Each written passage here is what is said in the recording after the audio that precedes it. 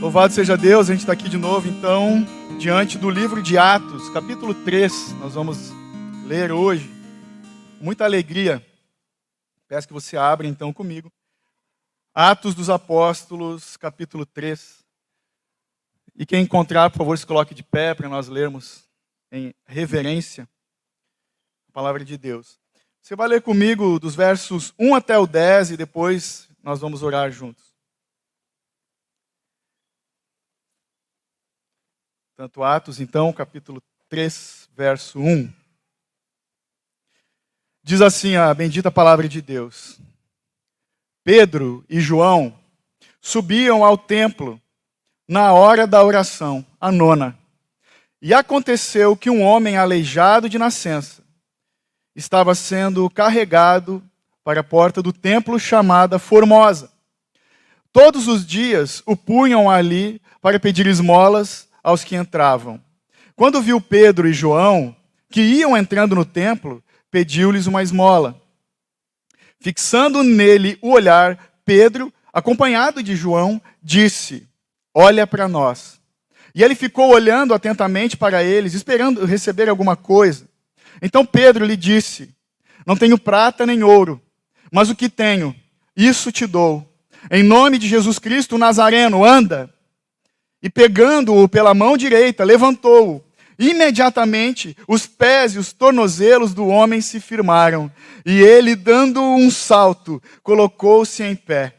Então começou a andar e entrou com eles no templo, andando, saltando e louvando a Deus. E todo o povo o viu andando e louvando a Deus.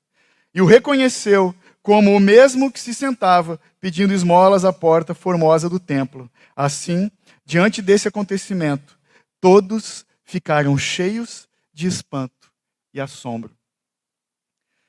Senhor, eis-nos aqui mais uma vez, o teu povo reunido, diante da tua palavra que é viva e eficaz, sujeitos ao Espírito Santo do Senhor que habita em nós e se move no meio da tua igreja. E louvado seja o teu santo nome e a tua palavra que diz que onde o Espírito de Deus está, aí é liberdade. Como já foi orado aqui, Pai, nós rendemos graças pela liberdade que temos na nossa nação, de entoarmos cânticos, de abrirmos nossas Bíblias publicamente, de engrandecermos o nome de Jesus.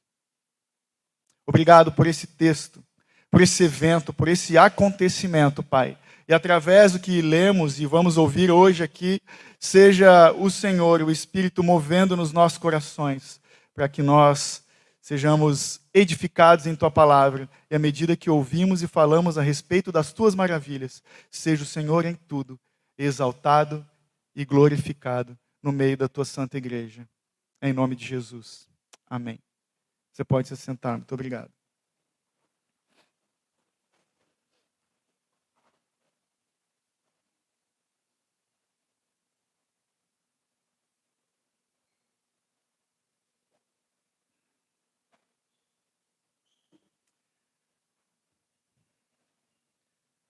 Você que tem acompanhado as mensagens, começamos há algumas semanas a falar do livro de Atos dos Apóstolos. E eu não me canso de dizer, até você gravar bem isso na sua mente e no seu coração, que são os atos de Jesus, por meio do Espírito Santo, na vida dos apóstolos. É isso que nós vemos em todo o livro, o registro desse livro, que é o único livro histórico do Novo Testamento. Os atos de Jesus, por meio do Espírito Santo, na vida dos apóstolos, dos seus discípulos. Em Atos 2, você viu comigo, e você que conhece, que não estava aqui, mas leu já esse livro, nós vimos o retrato dos primeiros dias do cristianismo, a igreja primitiva que estava nascendo lá em Jerusalém.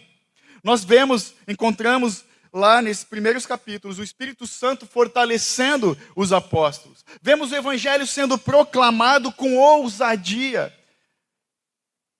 E não havia, naquela época, quem pudesse deter essa igreja que crescia, que estava crescendo a largos passos. Nós vimos isso no capítulo 2. Já no capítulo 3, Lucas, que é o autor desse livro, ele dá continuidade a esse relato da propagação do evangelho e da obra milagrosa do Espírito Santo por meio do ministério dos apóstolos. Em Atos 3, nós temos agora desse capítulo um episódio. Sabe como a gente vê os seriados da Netflix? Às vezes tem episódio parte 1 e parte 2. E é assim que nós vamos ver. No capítulo 3 de Atos, nesse episódio, vamos ver a parte 1 e a parte 2.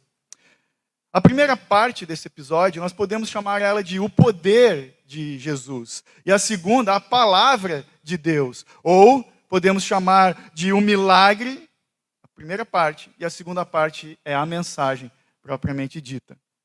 Você leu comigo, portanto, a primeira parte desse episódio do capítulo 3 de Atos. Nesses 10 primeiros versos, então, de início, nós vemos o poder de Jesus, ou o milagre acontecendo nesse relato da cura do aleijado de nascença, que estava naquela porta. O cenário, então, se você não é visual como eu sou, vou te ajudar, vou desenhar para ti aqui o cenário.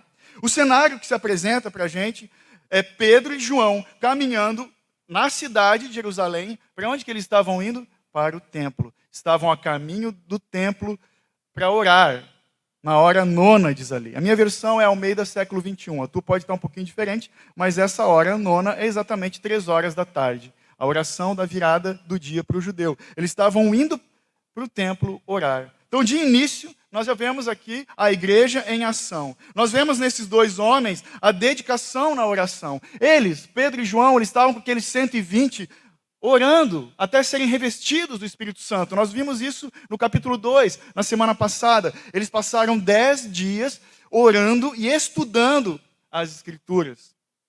No capítulo 1, aí no 2, eles foram revestidos de poder, ou, a palavra da moda, empoderados pelo Espírito Santo de Deus. E mesmo depois deles terem sido revestidos de poder do Espírito Santo, eles estavam cheios de poder do alto, mesmo depois de Pedro ter pregado o evangelho, seu primeiro sermão, anunciado com ousadia, e 3.000 pessoas se converteram, eles continuam fiéis à oração. Pedro e João estão caminhando para o templo para orar a Deus. Então eles nos ensinam, o primeiro ensinamento é de que uma igreja fiel e cheia do Espírito Santo é uma igreja, primeiro, que vive em comunhão. Eles estão ali, a igreja. E segundo, uma igreja que tem vida de oração. Eles oravam em casa e oravam no templo. Guarde isso. Mas nesse cenário, nós também vemos esse mendigo. Esse mendigo aleijado de nascença, diz a palavra.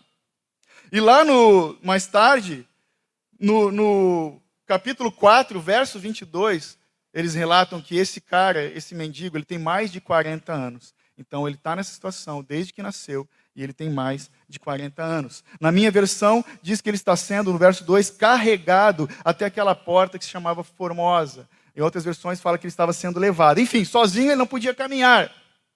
Naquela época, saiba que ser um deficiente físico, praticamente, era uma sentença de morte. Ou, no mínimo, uma condenação a uma vida de pobreza.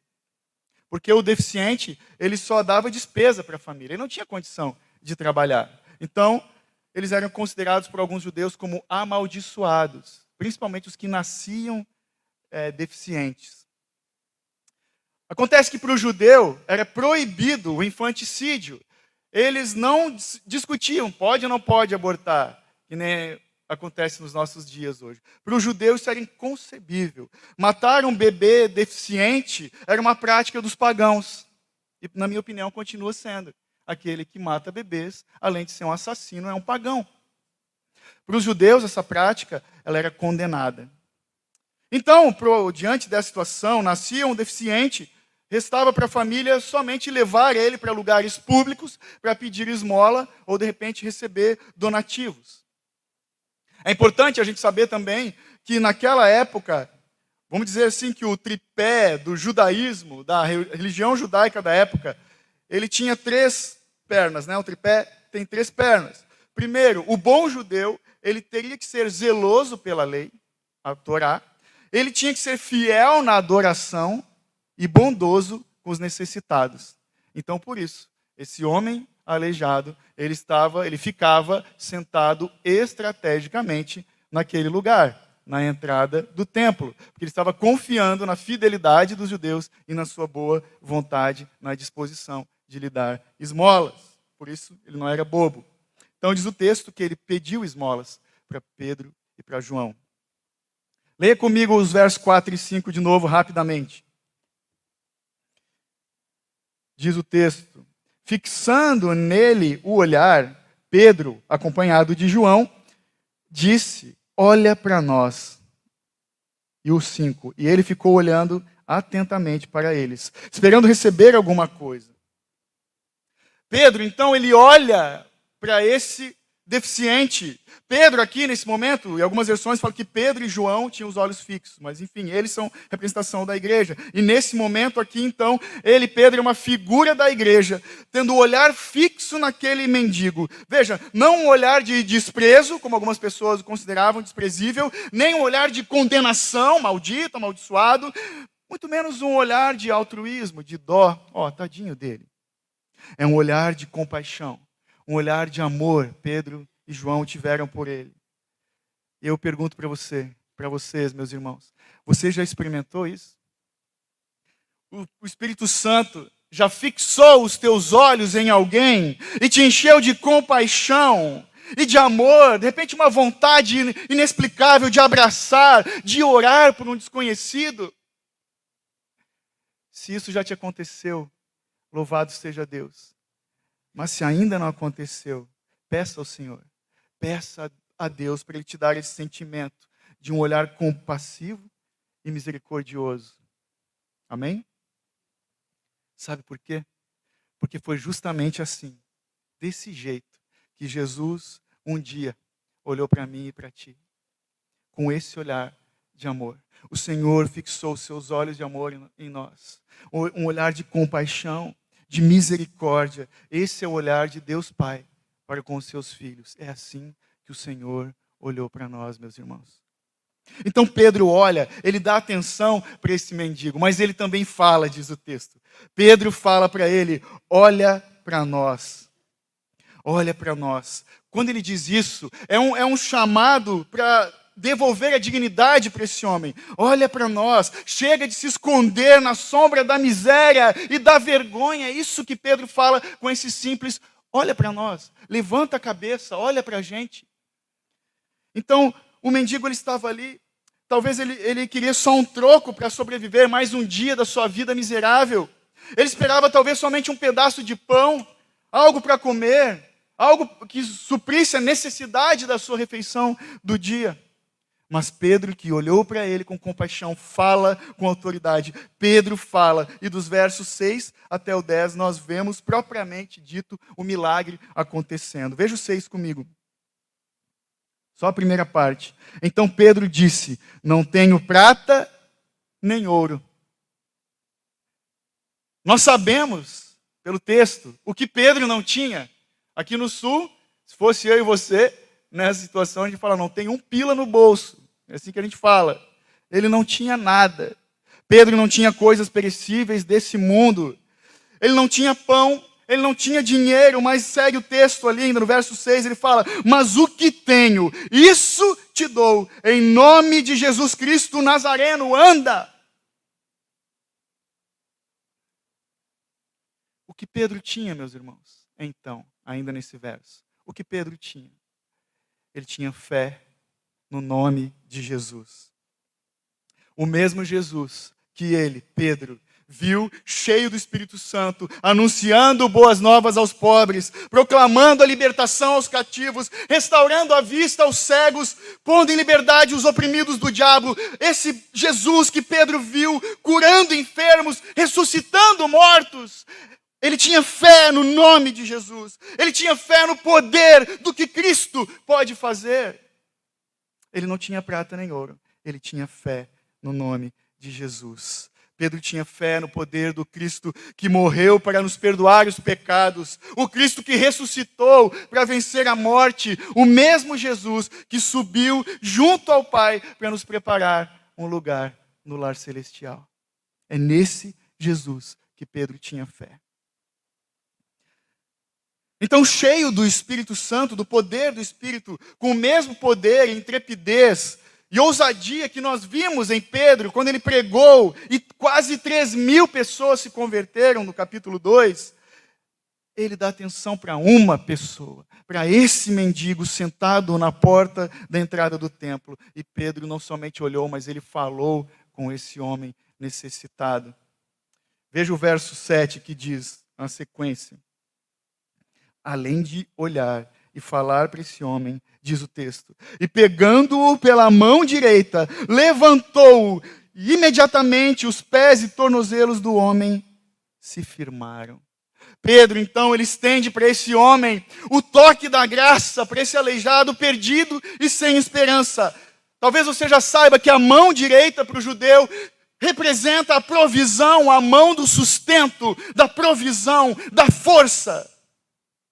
É o toque da graça de Deus na vida desse homem. O toque da graça de Deus que transforma situações. Então agora, tocado pela graça, onde havia tristeza na vida desse homem, nós vemos alegria. Onde havia vergonha, eu e você vemos dignidade. Onde havia condenação, nós vemos salvação. Pedro não tinha prata nem ouro, mas Pedro também não tinha poder. Não tinha poder para curar nem salvar ninguém. É importante. É o que o texto nos mostra. E depois o próprio Pedro assina embaixo. O que Pedro tinha? Ele tinha fé no nome sobre todo nome, fé na graça de Deus, fé na obra redentiva de Cristo Jesus, fé no poder do Espírito Santo. Tem um cara que é um historiador da igreja primitiva, se chamava Cornélio. Cornélio conta que um dia, Tomás de Aquino, que é um dos pais da igreja, quem estuda a patrística aí, conhece, já ouviu falar desse nome, Tomás de Aquino foi visitar o Papa Inocêncio, olha o nome do abençoado, foi visitar o Papa Inocêncio um dia, e ele encontrou esse Papa contando uma grande quantidade de dinheiro. Aí o Papa diz, né, que olhou para ele, está vendo, Tomás? A igreja não pode mais dizer, não tenho prata nem ouro. E o Tomás de Aquino respondeu, verdade, Santo Padre, e também não pode dizer, levanta e anda.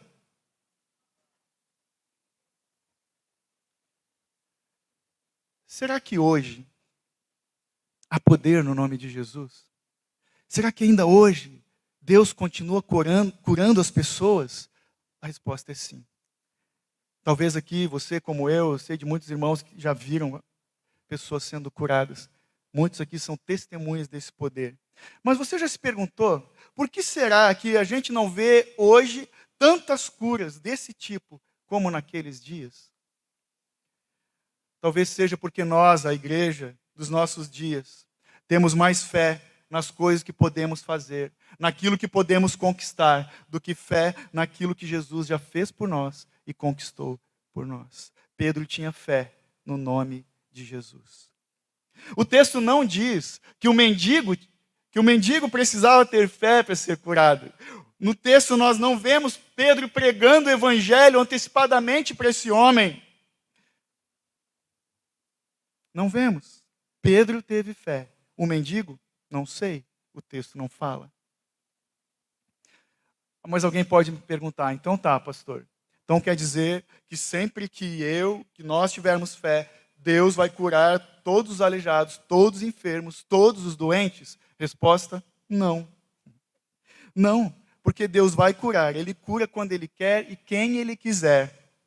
Desse jeito. Mas sempre com o mesmo objetivo. Para louvor da sua glória. Para que o seu nome seja engrandecido. Não para divulgação de ministério, propagação de homem algum. Para louvor da sua glória. Ele continua curando quem Ele quer, quando Ele quer. Portanto, aqui pela graça de Deus, pelo poder do Espírito e pela fé no nome de Jesus, esse homem foi curado para louvor da glória de Deus. Por isso, Pedro fala, em nome de Jesus Cristo, o Nazareno. Ele está deixando bem claro, ele dá um nome, o título de quem está curando e o endereço. Entende? É isso que ele está fazendo.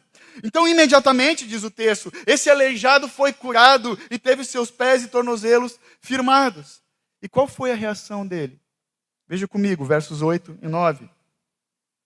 E ele, dando um salto, colocou-se em pé, Então começou a andar e entrou com eles no templo, andando e saltando e louvando a Deus. 9. E todo o povo o viu andando e louvando a Deus. O que ele fez? Num salto, ele se colocou em pé e andou com eles. Andou com eles para onde? Em direção ao templo, saltando e louvando a Deus. Esse mendigo, veja, ele queria um prato de comida, essa é a verdade. E ele recebeu infinitamente mais do que ele sequer pensou, imaginava. Ele queria compaixão, e ele recebeu graça superabundante da parte de Deus. Esse homem teve seu status mudado. De miserável, desprezado na cidade de Jerusalém, ele passou a ser cidadão do reino dos céus, que é o maior tesouro que alguém pode receber. É a maior bênção que eu e você temos, o de sermos considerados cidadãos do reino dos céus. E lá vai ele, saltando e louvando a Deus para dentro do templo. Aqui eu quero abrir um parênteses. Irmãos, quem disse que nós não podemos bater palmas durante o louvor na igreja, não podemos mais dançar diante das canções, sabe? Acho que carrancudo não combina com cristão. Muitos de nós aqui veio de uma realidade onde cantavam-se músicas que não falavam nada da Bíblia, e a gente se derramava, a gente dançava, a gente aplaudia naquele espetáculo de emoções. Aí o cara vira reformado, ele fica engessado. Agora que a gente tem canções bíblicas que expõem o evangelho, eu e você temos muito mais razões para extravasar, para dançar, para aplaudir ao Senhor. Fecha parênteses. Então lá vai esse aleijado saltando e louvando a Deus dentro do templo. Veja, ele não foi correndo para a sua família ou para os seus amigos, ele não foi organizar uma festa de cura e de salvação. Depois de ser curado, o primeiro lugar para onde esse homem foi, para onde ele teve vontade de ir, foi para o templo, para a casa de Deus. Isso demonstra que ele reconheceu a Deus como aquele que o curou. Jesus é a fonte da cura desse homem, ele reconheceu isso. Acontece que nós, às vezes, eu e você, nós somos como esse aleijado, como esse mendigo. Nós pedimos esmolas em vez de buscar restauração. Muitas vezes, nós não enxergamos as nossas necessidades mais profundas, que não são as físicas, são as espirituais. Muitos de nós, cristãos, têm se contentado com as migalhas que essa vida pode dar. Dê para elas o nome que você quiser. Muitas vezes nós pedimos que o Senhor realize uma mudança na circunstância da nossa vida, em vez de pedir que Ele realize uma mudança em nós, para que a gente encontre alegria e satisfação diante de toda e qualquer situação da vida. Nós precisamos lembrar dessas coisas.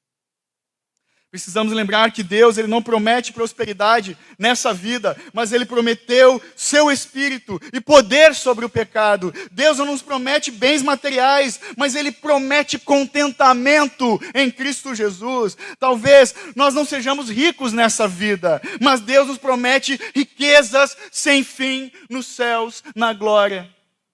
Temos que nos lembrar dessas coisas. A gente não pode, nós não devemos nos distrair tão facilmente com o que esse mundo pode nos oferecer, irmãos. Porque Jesus, e só Ele, pode nos oferecer muito mais do que nós somos capazes de imaginar. 2 Coríntios 2:9. Nem olhos viram, nem ouvidos ouviram, nem sequer subiu ao nosso entendimento as coisas que o Senhor tem preparadas para aqueles que o amam. Então nós vemos Pedro e João nessa dinâmica do amor de Deus. Mais um para o reino, mais um para a turma. Então, irmãos, diante dessa figura, veja, bem visual, você de trás, Pedro e João caminhando e o aleijado agora pulando e saltando. Eu quero te incentivar, meu amado. Olhe ao seu redor, aqui na igreja, perceba quem pode estar de canto. Quem entre nós está quieto, mais quieto do que de costume.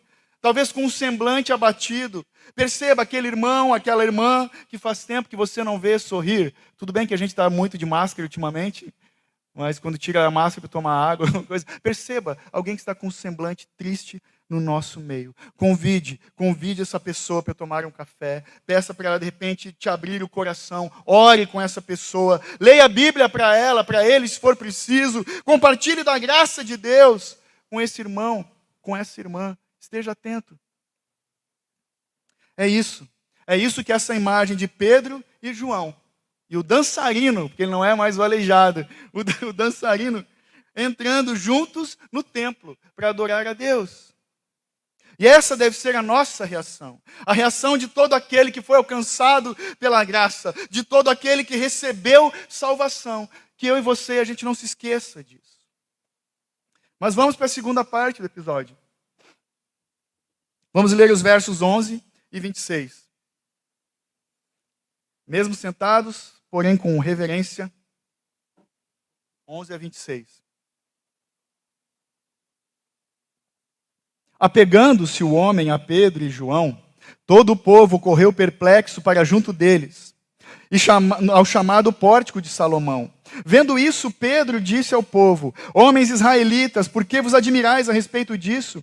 Por que ficais olhando para nós, como se tivéssemos feito andar por nosso próprio poder ou religiosidade? Algumas versões falam piedade.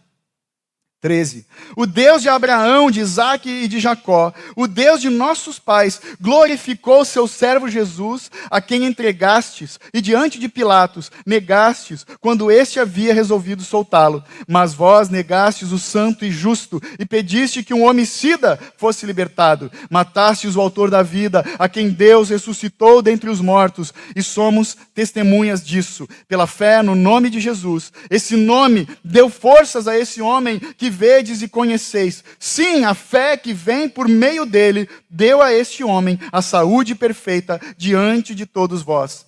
Agora, irmãos, eu sei que o fizestes por ignorância, como também as vossas autoridades. Mas Deus cumpriu o que antes havia anunciado pela boca de todos os profetas, que o seu Cristo iria sofrer.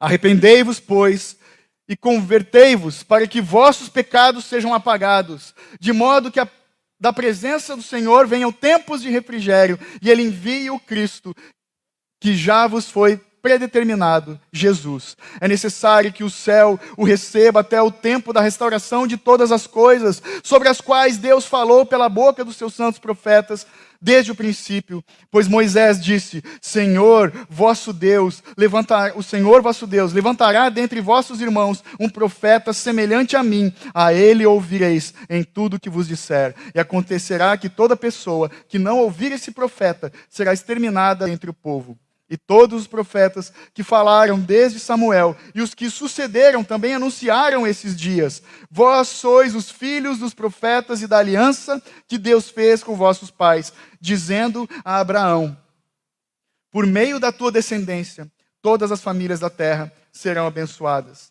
Deus ressuscitou seu servo e enviou a vós, primeiramente, para que vos abençoasse, desviando cada um de vós das suas maldades. Glória a Deus. Então, a primeira parte desse episódio, nós vimos o poder de Deus, o milagre acontecendo, e agora nós vemos a palavra, nós vemos a mensagem no discurso de Pedro. Veja, Pedro ele não para depois do milagre.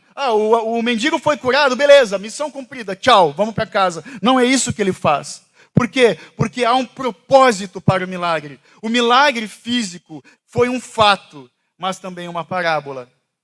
Assim como os milagres que Jesus operava, muitas vezes ele usava para ilustrar a sua mensagem. E é o que Pedro fez aqui, no que você acabou de ler comigo. Esse milagre atraiu uma multidão, mas a mensagem oferecida para essa multidão é muito mais importante do que qualquer milagre. Esse ou qualquer outro que já aconteceu. Por quê que a mensagem é mais importante que o milagre? Porque eu e você, nós podemos ser curados milagrosamente hoje. Sim, Deus continua curando, mas o nosso coração e o nosso corpo acabam se desgastando. Nós precisamos, meus irmãos, da mensagem da vida eterna, mais do que qualquer cura divina, uma cura temporária que possa acontecer nessa vida. Porque a cura do coxo, veja, é um lembrete de que Jesus é a fonte da vida. É Ele quem dá a vida. Jesus cura as deficiências do coração humano, é isso que ele faz. Ele faz isso com os pecadores redimidos. E ao fazer isso, esses pecadores são chamados a dançar na sua presença, na presença de Deus, com alegria. Pedro usa então essa cura do coxo de nascença como um pretexto para pregar com ousadia e, de novo, no poder do Espírito, o Evangelho para aqueles judeus que estavam ali no templo, agora curiosos com o que tinha acontecido. Esse é o segundo sermão de Pedro. Mas veja que Pedro, de início, você leu comigo nos versos 11 e 12, ele já começa rejeitando os elogios. Pedro volta a atenção dessa multidão, apontando para Jesus. Ele direciona o louvor para o alto, para Deus, que é a fonte, a origem de todas as bênçãos. É isso que ele faz de início. Pedro, então, ele vê essa excelente oportunidade de anunciar o evangelho da graça de Deus, sabendo que esses seus ouvintes precisam de Jesus, tanto quanto o homem aleijado. Não para uma restauração física eles precisam, mas para serem curados no Espírito. Olha comigo o 13, 14 e o 15. Diz o texto: o Deus de Abraão, de Isaque e de Jacó, o Deus de nossos pais, glorificou o seu servo Jesus, a quem entregastes. E diante de Pilatos negaste, quando este havia resolvido soltá-lo. Depois no 14, mas vós o negaste, fala lá, santo e justo, o santo e justo, a quem pediste que um homicida fosse libertado. E depois no 15, matastes o autor da vida. Pedro, ele mostra para os judeus que o Deus de Abraão, Isaque e Jacó tem um nome, e o nome dele é Jesus. Ele aponta para Jesus como servo de Deus, prometido pelos profetas do Antigo Testamento, como santo e justo, que é também o autor da vida. É o que ele fala nesses 3 versos. Pedro, então, nesse seu segundo sermão, ele está aqui, irmão, simplesmente dando uma aula de pregação, como um sermão deve ser. Um sermão bíblico, centrado na pessoa de Cristo Jesus. Cristocêntrico.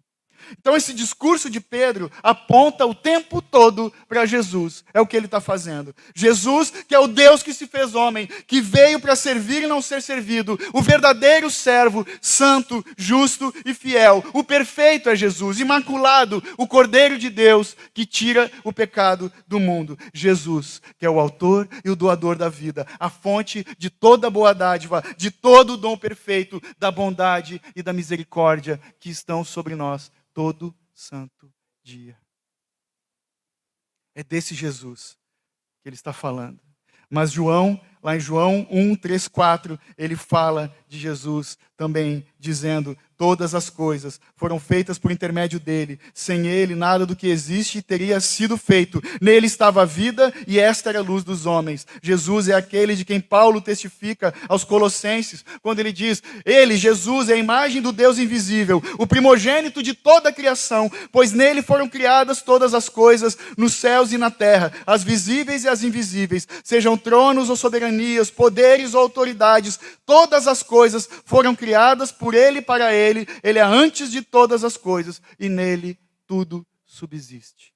Esse é Jesus. Ele é a fonte da vida. Portanto, nós precisamos de Jesus, meus irmãos, para viver. Se ele é a fonte da vida, precisamos dele para viver. Precisamos, eu e você, estarmos conectados com Jesus. Todo dia, eu e você precisamos nos assentar aos pés do Santo Cordeiro de Deus, do Senhor Jesus. Precisamos ter comunhão com ele. Precisamos estar conectados. Deixa eu usar uma ilustração aqui, para que você se lembre todo o dia.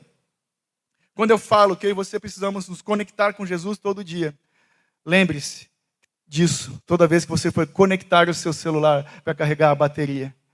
Nós precisamos conectar. Se a gente não liga o nosso celular de noite, não sei se você carrega, eu carrego de noite. No outro dia ele acorda morto, apagado, sem bateria. E é assim que nós seremos, se não nos conectarmos à fonte da vida todo dia. Vamos ser apagados, vamos estar mortos. Ah, pastor, mas como que eu vou me conectar? Como os discípulos faziam. Como ter comunhão com Deus. Como a gente está aprendendo no livro de Atos. Lendo a Bíblia e orando em comunhão e no privado também. Bíblia e oração. É assim que nós vamos nos conectar com Deus todo o santo dia. Senão vamos morrer. Nós precisamos beber dessa fonte da vida, que é Jesus, para nos lembrarmos que mesmo em meio às lutas, mesmo diante das aflições, das angústias, das tristezas dessa vida, seja em enfermidade, até mesmo diante da morte, quando estamos conectados na fonte da vida, de fato a nossa fé é inabalável. Temos que estar conectados com o Senhor. Nós precisamos lembrar os nossos corações e descansar nessa fé, na fé verdadeira que só encontramos em Jesus. Jesus, que é o autor da vida, que ressuscitou dos mortos. E por isso, só Ele pode nos dar a vida eterna. Amém? Temos que nos lembrar que Ele é o Criador de tudo que existe. Por isso, Jesus é Deus, Deus que cura, porque Ele é a fonte da vida.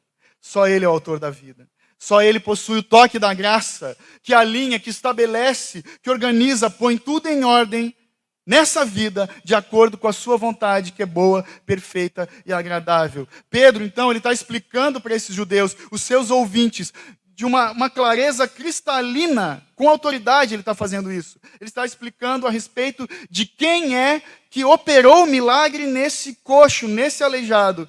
Ele fala de Jesus. E o ponto dele é muito claro, no verso 16. Pela fé no nome de Jesus, este nome deu forças a esse homem que vocês conhecem. Sim, a fé que vem por meio dele, Jesus, deu a este homem a saúde perfeita diante de todos nós. Então o ponto dele é muito claro. Eu e você, nós somos salvos, não pela qualidade da nossa fé, mas pelo objeto da nossa fé. Fé no Cristo que morreu, que pagou com seu sangue o preço pelos nossos pecados. Fé no Cristo, o único capaz de mudar o rumo das nossas vidas. E fazendo isso, Pedro ele exalta o poder, o amor, a graça de Deus, a misericórdia operando pela fé em Cristo. Pedro simplesmente ele está falando para esses judeus, vejam, esse homem foi tocado por Jesus e agora a vida dele foi transformada. Vejam, o Messias já veio, ele é o servo prometido de Abraão, ele é o último dos profetas, ele é maior que Moisés, maior que toda a lei, ele é o soberano libertador, mais poderoso que Davi, ele é o Cristo de Deus, nosso grande profeta, sumo sacerdote e rei e eterno redentor. É isso que Pedro está falando para esses ouvintes e fala para nós hoje aqui também. Ele continua sendo o mesmo. Então o objetivo dessas alusões que Pedro fala a respeito de Jesus, do Antigo Testamento, ele está usando do conhecimento daqueles homens, da cultura da época, para confrontar a multidão diante da identidade de Cristo Jesus. Quando nós olhamos para Cristo, que é o homem perfeito em tudo que Ele fez e em quem Ele é, nós temos que ficar constrangidos. Temos que nos sentir como bonecos de pano, porque Ele é perfeito, mas Ele nos chama para caminhar para essa perfeição. Então Jesus, Ele não era um simples profeta. Ele é a fonte de esperança de Israel e o cumprimento de todas as promessas. Pedro, ele exalta as glórias de Cristo no seu sermão e, ao mesmo tempo, ele denuncia o pecado da multidão. Pois, em seguida, ele lembra esses judeus de que aquele que eles crucificaram é o Messias. Então, a gente vê também a exortação de Pedro nesse texto, dos versos 13 ao 20. Aqui tem um resumo das acusações de Pedro. No verso 13, ele fala, vocês entregaram Jesus. Ainda no 13, vocês são pior que Pilatos. No 14, vocês trocaram o santo e justo por um assassino, que foi Barrabás. No 15, vocês mataram aquele que lhes deu a vida. No 17, vocês são ignorantes. E do 18 ao 25, ele deixa bem claro, vocês não entendem as Escrituras. Mas no 26, ele fala, vocês negaram o seu privilégio e vocês são maldosos, ou perversos, ou impiedosos. Resumindo as acusações de Pedro, ele fala que esses judeus rejeitaram o servo de Deus, acusaram o santo justo e mataram o autor da vida. Alguém pode ler isso e se questionar, então Cristo morreu por culpa dos judeus. Outros ainda falam, não, foi pela mão dos romanos. Irmãos, Jesus morreu por vontade exclusiva de Deus e não por força de homem algum. Mas o motivo da morte da cruz são os pecados, não somente de judeus, não somente de romanos. O motivo de Jesus ter morrido naquela cruz são os pecados de todo aquele que caminha na iniquidade, daquele que insiste no pecado, daquele que rejeita a obra da cruz, daquele que nega a misericórdia de Deus e segue no caminho da impiedade, da perdição, sendo o próprio Senhor da sua vida. É por isso que ele morreu. Lembre-se disso. Eu te exorto, lembre-se dessas questões quando você pecar. Porque o pecado não acontece sem querer. Ele sempre nasce antes no coração do homem. Lembre-se que Jesus morreu por causa do meu e do teu pecado. Arrependa-se dos seus pecados. Veja, então à luz dessas graves acusações, nós devemos perguntar: há alguma esperança para essas pessoas?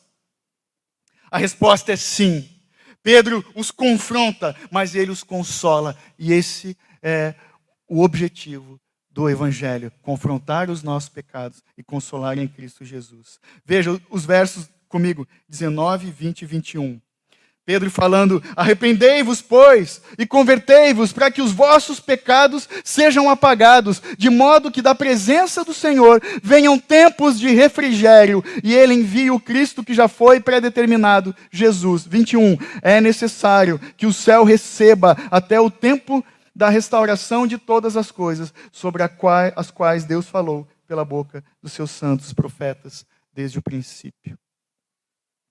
Então existe graça, existe misericórdia. Aqui Pedro traz nesses versos. No centro dessa passagem, sobre a glória de Deus, de Cristo, que Pedro está falando, e a gravidade do pecado, ele oferece a todos, aqueles daquela época, durante o sermão, depois os leitores de Atos, e aqui nós estamos inclusos, ele oferece a esperança do Evangelho.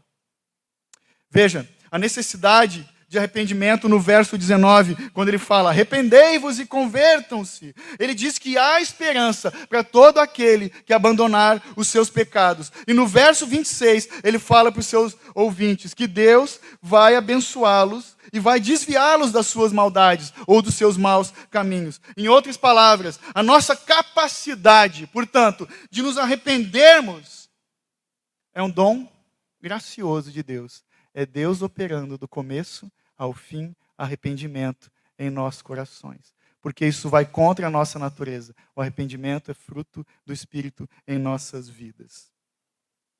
Então observe, então existe perdão também. Se você foi atento, tem 3 tópicos bem interessantes, 3 benefícios dos versos 19 a 21. Os benefícios de um arrependimento genuíno. Primeiro benefício, um perdão total. Segundo benefício, refrigério espiritual. Terceiro benefício, restauração de todas as coisas, ou uma restauração universal. Por isso ele fala, começa com 19, arrependam-se e convertam-se. Para quê? Primeiro, verso 19, para que os vossos pecados sejam apagados.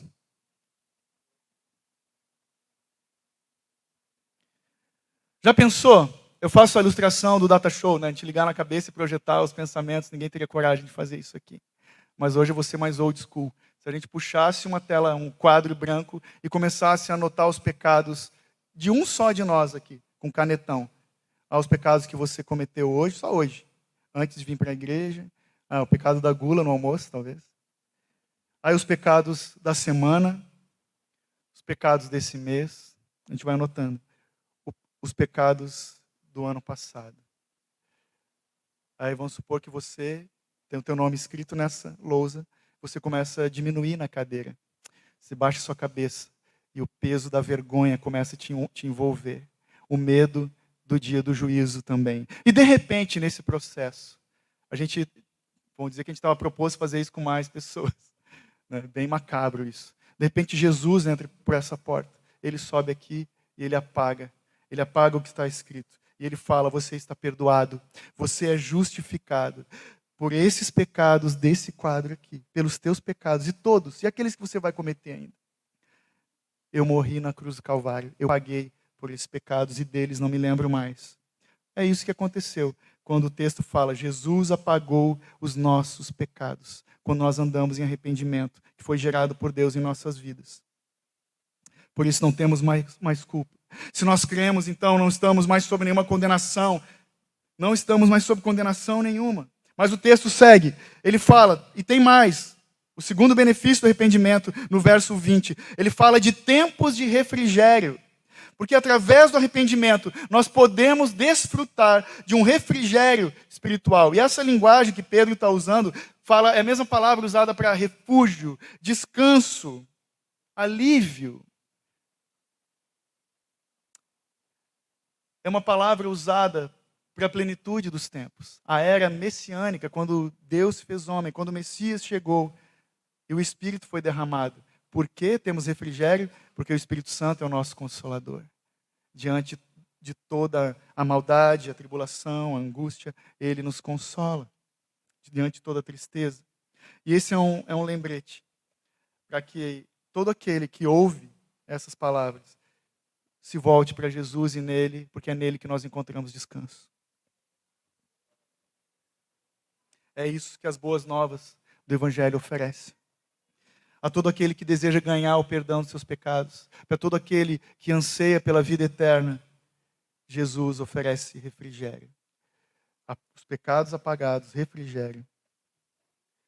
Mas não somente isso, porque Pedro continua e fala, se você se arrepender, se você se converter, você vai desfrutar da esperança de que Cristo vai um dia restaurar todas as coisas. Verso 21, restauração de todas as coisas. Paulo falou do dia em que os nossos sofrimentos vão dar lugar à glória de Deus. Isso está lá em Romanos 8. Cristo nos dá esperança para suportar as dificuldades dessa vida, porque Ele nos deu a promessa da glória por vir.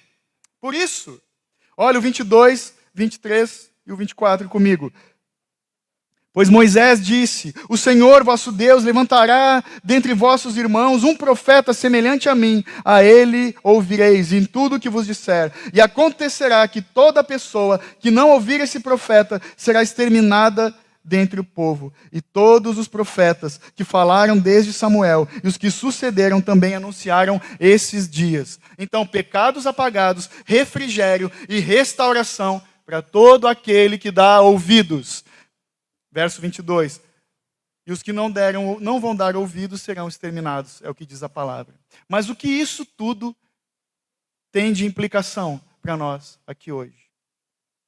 Pensa comigo, não seria uma coisa terrível, eu e você, a gente ter esperança só nessa vida? Zoado, né, como diriam alguns. O Evangelho, portanto, ele nos oferece uma esperança inabalável, de que os melhores dias das nossas vidas ainda vão vir, ainda vão acontecer, estão por vir. Então, de acordo com o capítulo 4 de Atos, dos versos 1 a 4, que é a próxima mensagem, nós vamos ver que realmente alguns daqueles ouvintes receberam a mensagem de Pedro em seu coração e eles se converteram. No primeiro sermão de Pedro, 3.000 se converteram e se batizaram. Agora aqui, o capítulo 4 vai dizer que o fruto disso aqui foram mais 2.000 pessoas que entregaram sua vida, receberam a mensagem da graça de Deus. Somando 5.000, está crescendo a igreja primitiva. E louvado seja Deus, porque continua crescendo até hoje. Então esse é outro lembrete de tudo isso que a gente está vendo aqui, que Deus usa pessoas comuns para declarar essa mensagem extraordinária que transforma as vidas por meio da palavra de Deus, exaltando a Cristo Jesus. Toda vez que Cristo é exaltado em sua palavra, vidas são transformadas. E assim como o Espírito Santo trabalhou, operou na vida de Pedro, assim como o Espírito Santo usou esse simples pescador, ele pode usar qualquer um de nós do mesmo jeito. Então por isso eu digo, tenha fé. Fé no nome de Jesus. Quando nós proclamarmos o Evangelho em palavras e ações, como esses dois aqui, Pedro e João, estão fazendo, que nós tenhamos confiança no nome daquele que nos salvou. O Atos capítulo 3 e 4 exalta o nome de Jesus. A gente vai ver no 4 também falando do nome de Jesus. Porque Jesus é aquele que ordenou a grande comissão no final de Mateus. Ide, ele diz, toda autoridade me foi dada me foi dada: vão e façam discípulos, batizando em nome do Pai, em nome do Filho, no nome do Espírito Santo. Então, quando realmente eu e você acreditamos que Jesus está no controle de todas as coisas e que Ele está com a gente, o nosso jeito de orar, o nosso jeito de viver, o nosso jeito de servir e de evangelizar vai ser transformado. Se de fato nós acreditarmos que o Senhor Jesus está no controle de todas as coisas. E às vezes, eu e você nos esquecemos disso. Eu concluo, portanto, falando da autoridade de Cristo Jesus, lendo um texto do John Piper, que ele coloca a autoridade do Rei Jesus numa perspectiva. O título desse texto é Toda a Autoridade, preste atenção. John Piper diz: Ele, Jesus, tem autoridade sobre Satanás e todos os demônios, sobre todos os anjos, bons e maus, sobre o universo natural, objetos naturais e leis e forças, estrelas, galáxias, planetas, meteoritos.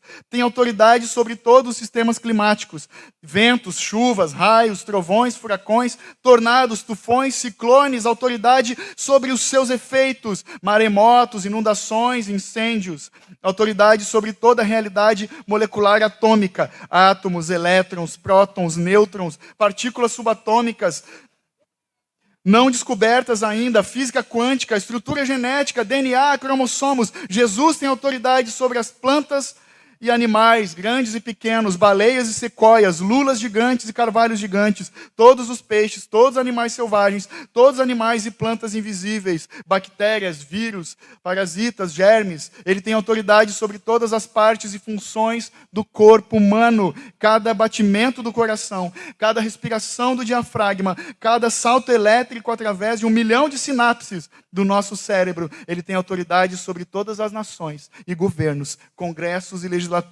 e presidentes e reis e primeiros ministros e tribunais. Ele tem autoridade sobre todos os exércitos e armas, bombas e terroristas. Autoridade sobre toda a indústria e negócio, finanças e moedas, autoridade sobre todo entretenimento e diversão e lazer e mídia, sobre toda a educação e pesquisa e ciência e descoberta, autoridade sobre todo crime e violência, sobre todas as famílias e bairros e sobre a igreja e sobre cada alma e cada momento de cada vida que foi ou será vivida.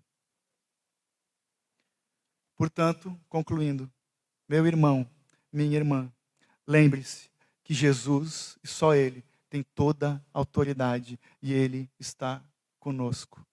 Lembre-se disso todo santo dia e pregue o Evangelho. Pregue primeiro ao seu coração e siga proclamando, anunciando boas novas de salvação para todo aquele que te pede ajuda e espera ouvir da tua boca, falando com ousadia: não tenho prata nem ouro, mas o que eu tenho, isso eu te dou. Amém. Amém.